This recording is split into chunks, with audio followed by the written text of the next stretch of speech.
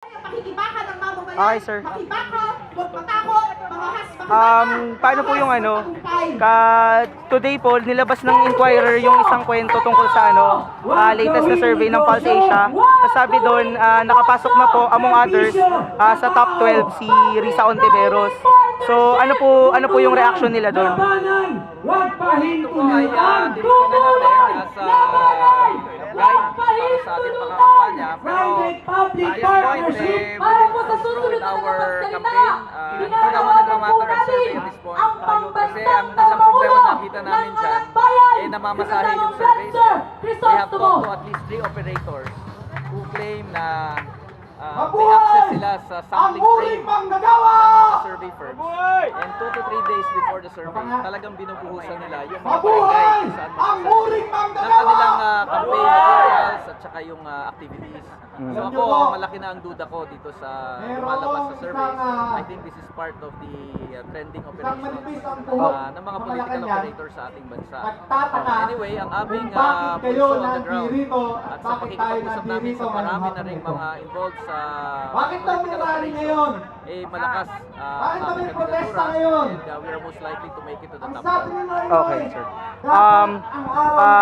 Recently, naglabas po kayo ng parang ang tawag nito, parang ad sa Facebook or parang PubMat, ayun, sa Facebook na yung 9 million votes po na potentially makuha ng Makabayan is enough for you to get into the top 12 of the senatorial elections.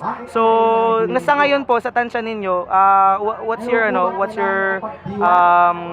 chances of winning, kumbaga? That's true.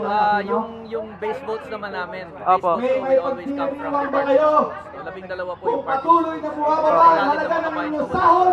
At yung 9.3 million na boto nila, ay puhunan ko na po yan. So I'll need probably 3 to 4 million more para makapasok sa top 12. So yan yung pinanggagalingan natin sa bansa. Not the survey of the senatorial votes, but the base votes na meron kami sa party. Yes, sir. Okay. Sir, final question na lang po. I'm working for student organizations and I myself am a first-time voter. So, I have fellow students na nagtatanong po sa akin, why should we vote for Teddy Casino? So, I would have wanted it to come from you personally, sir. Why should students like us vote for someone like you? Una-una, pag tayo po ay bumoto, huwag tayo bumoto on the basis of surveys. Huwag tayo bumoto on the basis of sino ba yung popular bumoto. Ang importante, sino ba yung nakikita natin na karapat-dapat talaga mapunta doon sa Senado.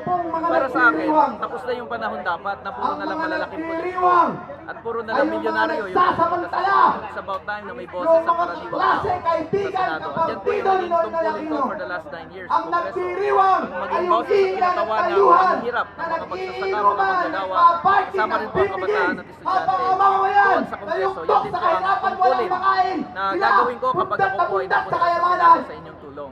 So yun po ang para sa akin ang pinakamahalaga.